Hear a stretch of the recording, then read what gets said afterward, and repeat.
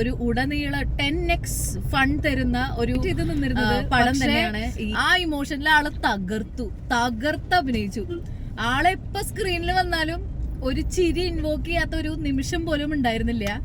ഞാൻ ഇന്നലെ അതിരടി എന്ന് പറഞ്ഞ മൂവി കണ്ടു. അപ്പോ എനിക്ക് പേഴ്സണലി നല്ല രീതിയിൽ ഇഷ്ടപ്പെട്ടു ആ പടം. മൊത്തത്തിലൊരു കോമഡി എന്റർടൈനർ ആയിരുന്നു.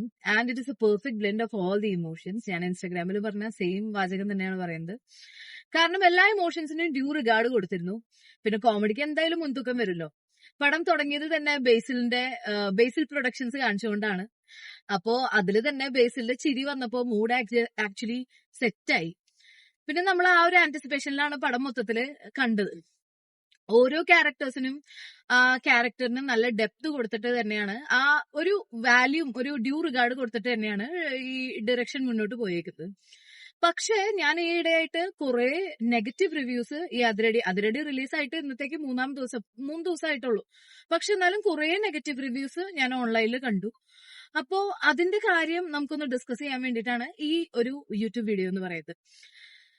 സോ അതില് മെയിൻ ആയിട്ട് വരുന്നതെന്ന് പറഞ്ഞു കഴിഞ്ഞാൽ കറുപ്പ് എന്ന് പറഞ്ഞ സിനിമ റിലീസ് ആയിട്ടുണ്ട്.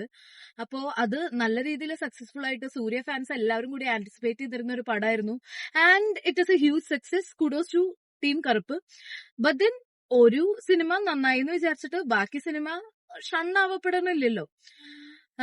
Athiradi is actually a decent watch in theatres. അത് തിയേറ്ററിൽ കണ്ടാൽ തന്നെ ആയിരിക്കും അതിന്റെ ആ ഒരു ഇമ്പാക്ട് കിട്ടാന്ന് എനിക്ക് തോന്നുന്നു. അപ്പൊ നമുക്ക് അതിരടിയുടെ ക്രൂവിനെ ഒന്ന് പരിചയപ്പെടാം. Crew, as I mentioned earlier, ബേസിലിന്റെ പ്രൊഡക്ഷൻ ആണ്, along with Ananthu, doctor Ananthu. And Basil is one of the leading roles playing Samboy. Samboy നമ്മുടെ സിനിമ കഴിഞ്ഞാലും നമ്മുടെ തലയിൽ നിൽക്കുന്ന ഒരു ക്യാരക്ടർ തന്നെയാണ്.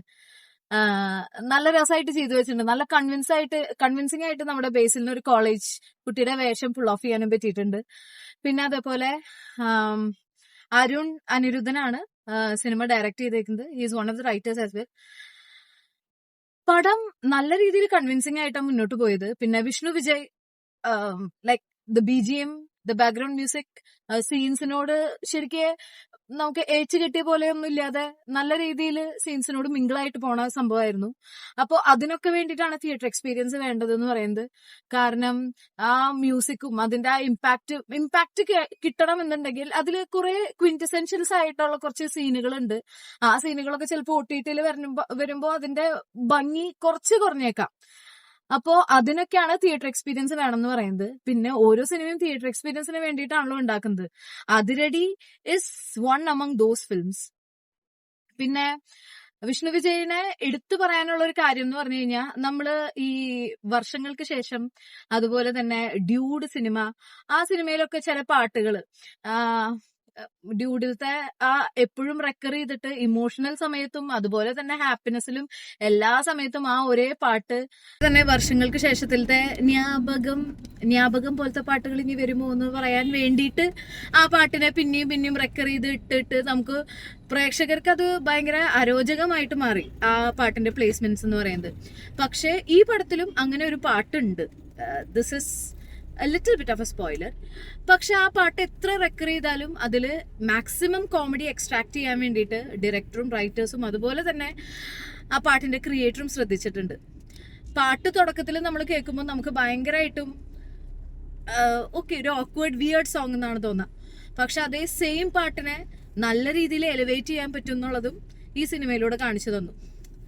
അപ്പോൾ ഒരു ആർട്ടിസ്റ്റിന്റെ ഫിനെസ് എങ്ങനെ പുറത്തേക്ക് കൊണ്ടുവരാം എന്നുള്ളത് ഈ സിനിമയിൽ ഉടനീളം നമുക്ക് കാണിച്ചു തന്നിട്ടുണ്ട്. സോ ഒരു അമച്വർ എങ്ങനെ ആർട്ടിനെ ഹാൻഡിൽ ചെയ്യുന്നു, അതുപോലെ തന്നെ ഒരു ആർട്ടിസ്റ്റ് എങ്ങനെ ആർട്ടിനെ ഹാൻഡിൽ ചെയ്യുന്നു, അങ്ങനെ ഒരു മെസ്സേജും അണ്ടർലൈങ് ആയിട്ട് നമ്മുടെ അതിരടിയിലുണ്ട്. പിന്നെ എനിക്ക് പറയാനുള്ളത്, സിനിമയിൽ ഒരു സ്റ്റോറി എന്ന് പറയുമ്പോൾ ഒരു കുറെ കാലഘട്ടത്തിലൂടെ കടന്നു പോകുന്ന ഒരു സ്പാനിങ് ആയിട്ടുള്ള സ്റ്റോറി അല്ലാന്നുണ്ടെങ്കിലും ഒരു ഇമ്മീഡിയറ്റ് കോൺഫ്ലിക്റ്റുമെയാണ് സിനിമ സർക്കിൾ ചെയ്യുന്നത്. പക്ഷേ it has connections to the past as well. അതൊക്കെ നല്ല രീതിയിൽ കൺവിൻസിംഗ് ആയിട്ട് നല്ല രീതിയിൽ ഓഡിയൻസിൽ ഇമോഷൻസ് ഇൻവോക്ക് ചെയ്തിട്ടാണ് ചെയ്തിരിക്കുന്നത്. സോ അങ്ങനെ ഒരു പടം, അതിൽ ഫ്ലോസ് പറയാനുള്ളത് ഒന്നുമില്ല ആക്ച്വലി. പക്ഷെ എന്തിനാണ് ഈ നെഗറ്റീവ് റിവ്യൂസ് സർക്കുലേറ്റ് ചെയ്യണേ എന്ന് എനിക്കൊരു ക്വസ്റ്റ്യൻ ഉണ്ട്.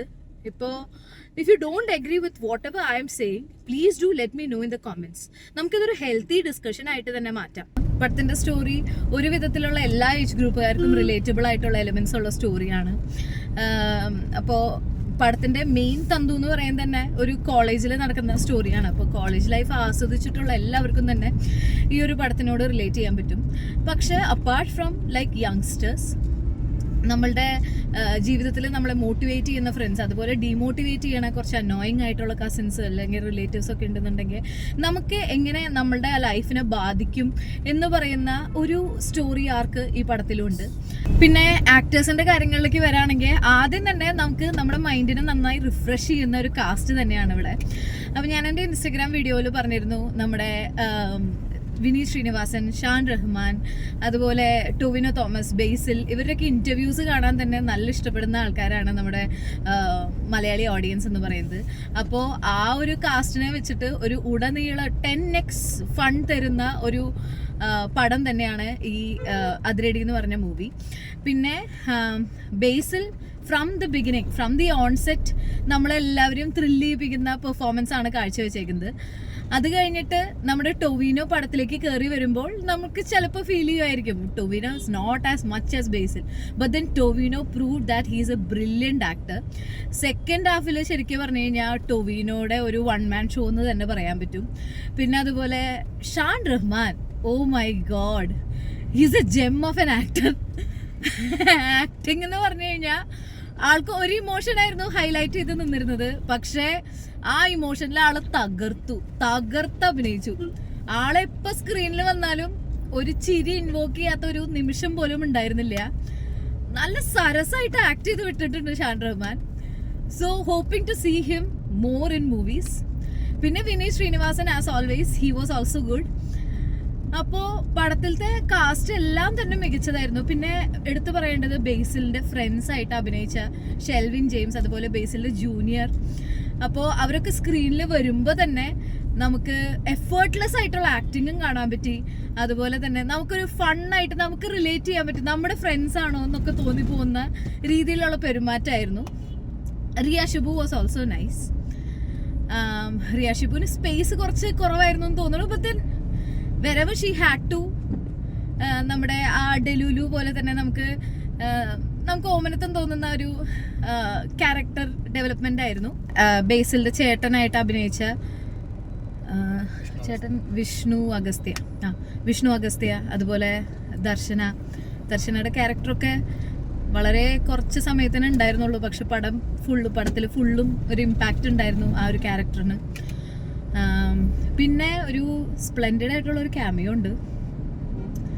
തിയേറ്റർ മൊത്തം ഒരു ഒരു ഓളം സൃഷ്ടിച്ച ഒരു ക്യാമിയോ ആയിരുന്നു അത്, ഡെന്നിച്ചൻ ക്യാമിയോ. ഞാൻ കൂടുതൽ പറയുന്നില്ല. So this movie is to actually watch in the theatres. നല്ലൊരു അനുഭവമായിരിക്കും. ആക്ച്വലി നമുക്ക് വേറെ പടങ്ങളുണ്ട്. It is actually very good that we are getting so many good movies in this recent space. നമ്മുടെ മോഹിനിയാട്ടം കഴിഞ്ഞു, അത് കഴിഞ്ഞിട്ട് കറുപ്പിന് നല്ല അഭിപ്രായമായിട്ടാണ് പോകുന്നത്. പക്ഷേ എനിക്കിവിടെ ഓഡിയൻസിനോട് പറയാനുള്ള കാര്യം എന്ന് പറഞ്ഞു കഴിഞ്ഞാൽ, ഒരു മൂവി നല്ലതായതുകൊണ്ട് നമ്മൾ വേറൊരു മൂവിനെ തഴയേണ്ട ആവശ്യമില്ല. ജോൺറ ചേഞ്ചസ് ഉണ്ടായിരിക്കും. പിന്നെ അതുപോലെ തന്നെ ഓരോ ക്യാരക്ടേഴ്സും അവരുടെ മാക്സിമം ആയിട്ട് എഫേർട്ട് ഇട്ടിട്ടും ഓരോ ഡയറക്ടേഴ്സിൻ്റെയും എഫേർട്ടും ആണ് നമ്മളുടെ ഈ സിനിമകളിൽ കാണുന്നത്. അപ്പോൾ for a change just go for both the movies. ഒരു കറുപ്പ് മാത്രമാ കാണുന്നുള്ളൂ എന്നുള്ള വാശിയൊന്നും വേണ്ടല്ലോ.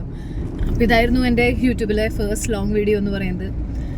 ആൻഡ് ഈ സമയത്ത് ഈ ഒരു വീഡിയോ ചെയ്യണമെന്ന് എനിക്ക് വളരെയധികം തോന്നിപ്പോയി. കാരണം നല്ലൊരു മൂവീനെ നമ്മൾ തഴയാൻ പാടില്ല. So all the best for team Athiradi and do watch it in theatres guys. It will be a good theatre experience. അധികം റിവ്യൂസൊക്കെ വന്ന് ക്രിറ്റിസിസം ഒക്കെ പേറി നമ്മുടെ മനസ്സിലത്തെ ആ ഒരു ഫ്രഷ്നെസ്സിനെ കളഞ്ഞിട്ട് പോണേക്കാളും ഭേദം with a good soul, with a relax mind, go and watch this movie. It will be worth your watch. അപ്പോൾ that's all the best. Do watch it in theaters and please let me know whatever negatives and positives that you felt about this movie in the comment section. Bye bye.